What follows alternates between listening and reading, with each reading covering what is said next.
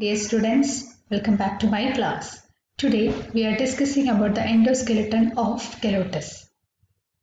More specifically, in detail, we are discussing about the skull of Calotus.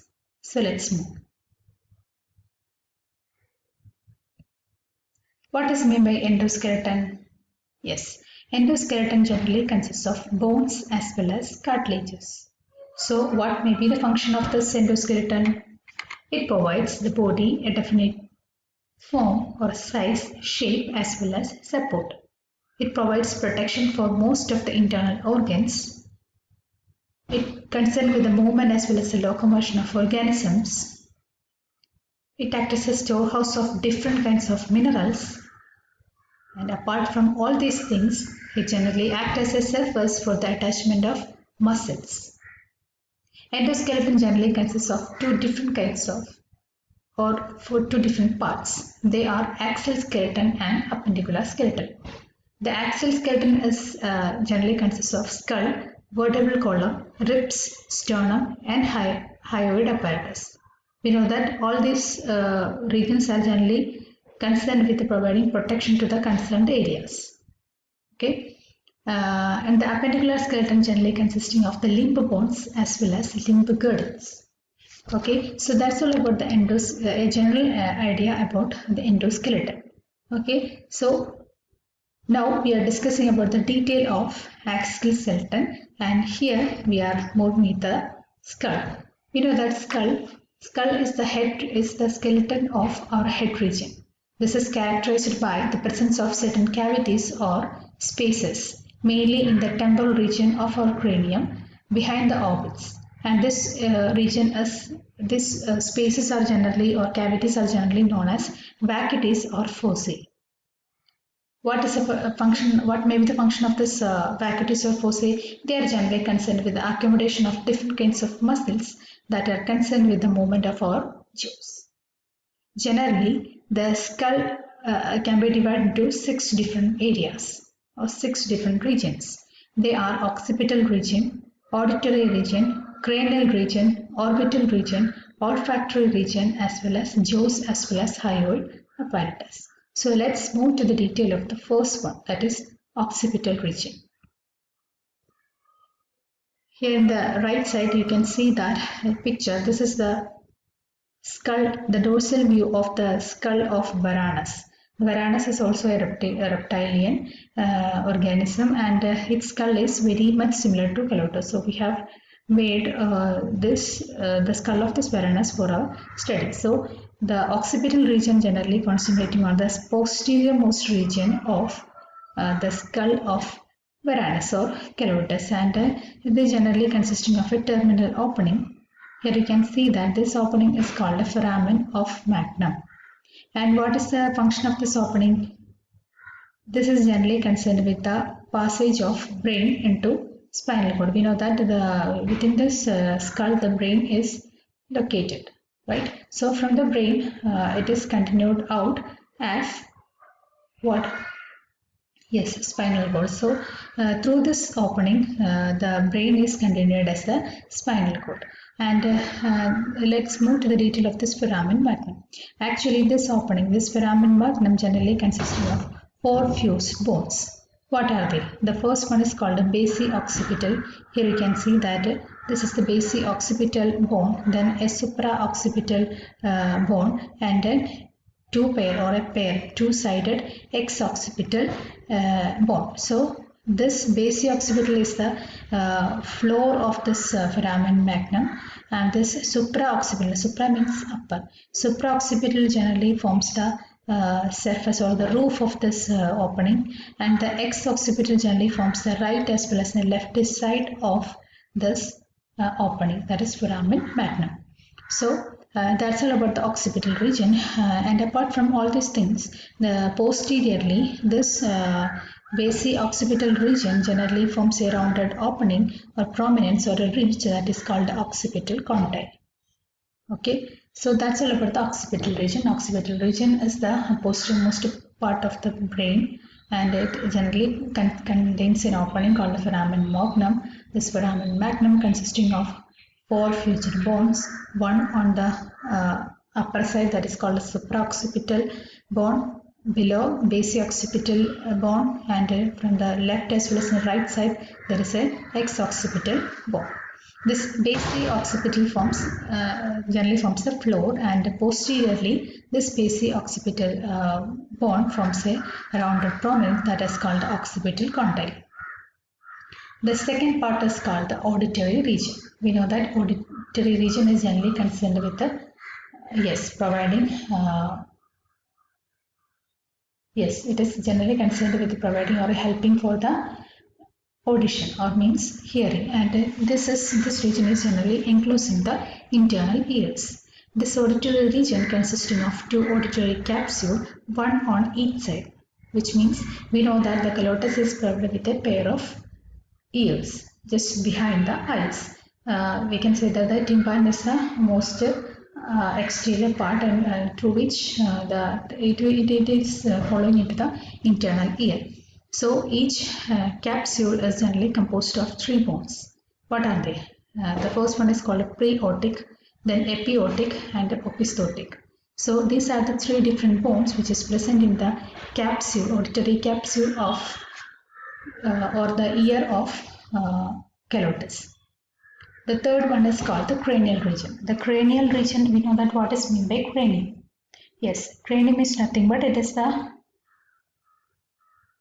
brain box. It is generally concerned with the enclosing the brain. So in the skull of Varanus, we can see that there are two different areas. That is called a frontal area. This is the frontal area, and a parietal area.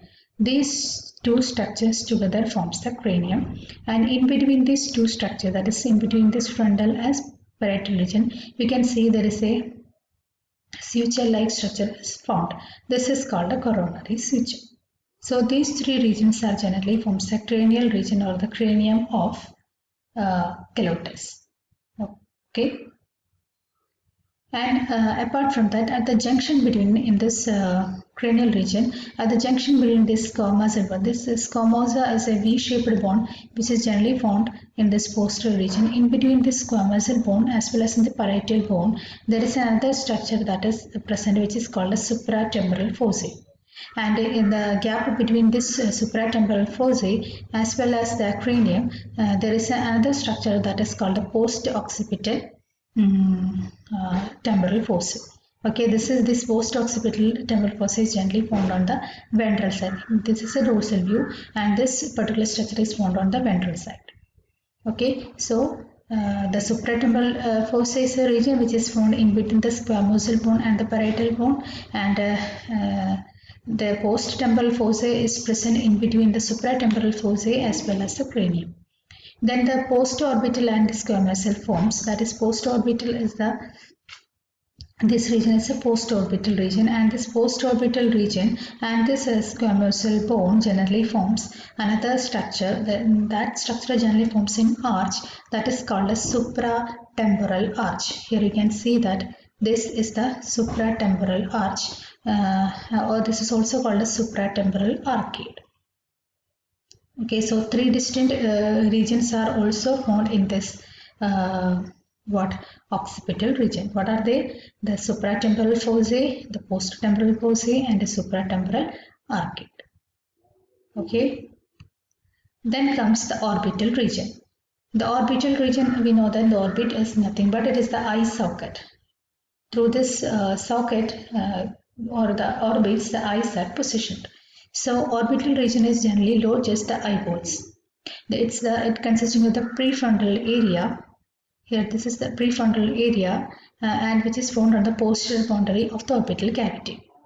This supraorbital boundary is found on the anterior boundary of the orbit, and this postorbital or lateral temporal region is present behind the orbit. Okay, so supraorbital and postorbits are the two different areas of the orbital region. And in addition to this two different structure, you can see that there is a V-shaped structure. This is called a squamosal bone. So these three regions are generally concentrating on the orbital region. Orbital region is the region which is generally enclosing the eyeballs, and they consisting of a supraorbital region found at the anterior end of the orbit. This is the orbit, and a postorbital which is generally found just behind the orbital region. In addition to this, there is another V-shaped structure that is called as squamosal bone. Clear? Then comes the olfactory region. We know that olfactory region is nothing but it is generally concerned with the smell. This region is generally consisting of two olfactory capsules. Each capsule is roofed over by the nasal and flowed by the vomer. Here you can see that this is the vomer part, and this olfactory region, the floor of this olfactory region is consisting of this vomer bone, and roof of this olfactory region is generally consisting of the what? Roof is generally consisting of the nasal bone. Okay, so these three regions are specifically concerned with the olfactory region. Then comes the upper jaw. Upper jaw generally forms a complete arch that is called a maxillary arch. Okay, so this region is the upper jaw. Each half, and this is consisting of two different halves, each half consisting of an outer row of 3 bones and an inner row of 4 bones. The 3 bones are generally consisting of premaxilla, maxilla, and jugal. And the inner row generally consisting of 4 different bones, that is vomer, palatine, pterygoid, and quadrate. Okay, so these three regions are these 4 bones generally forms the inner row of this upper jaw, and these 3 bones generally forms the 3 bones which is found on the outer row. And here only premaxilla, among all these 7 out of these 7 bones, only premaxillae as well as the maxillae which is found on the outer row forms the toothed structures. Clear? So that's all about the upper jaw. Then there is 2 terminologies are associated with these structures, that is called structostyle. It is a condition in which the quadrate bone is capable of some kind of little movement, which is found mainly in lizards and snake, and streptostyle is a condition in which the quadrate bone is immovable. Autostyle is another terminology which is generally associated with the jaw. Here the jaws are connected with the cranium by means of this quadrate, and this quadrate bone is very free to move. So that means this is a condition in which certain reptiles are able to open their mouth about a 360 degree. Okay. Then comes the last part, that is called the lower jaw. It forms an arch that is called a mandibular arch. Each half consisting of 6 bones, and the 6 bones investing together forms an inner core of Meckel's cartilage. These 6 bones are together generally forms a complex bone which is generally forms the inner core of the Meckel cartilage. And what are the 6 different bones? The 6 different investing bones are articular, angular, then subargular, coronoid, dentary, and splenial. This is an outer view, and this is an inner view of this lower jaw. So I hope you understood. If you have any doubt, please do in the comment section. Thank you.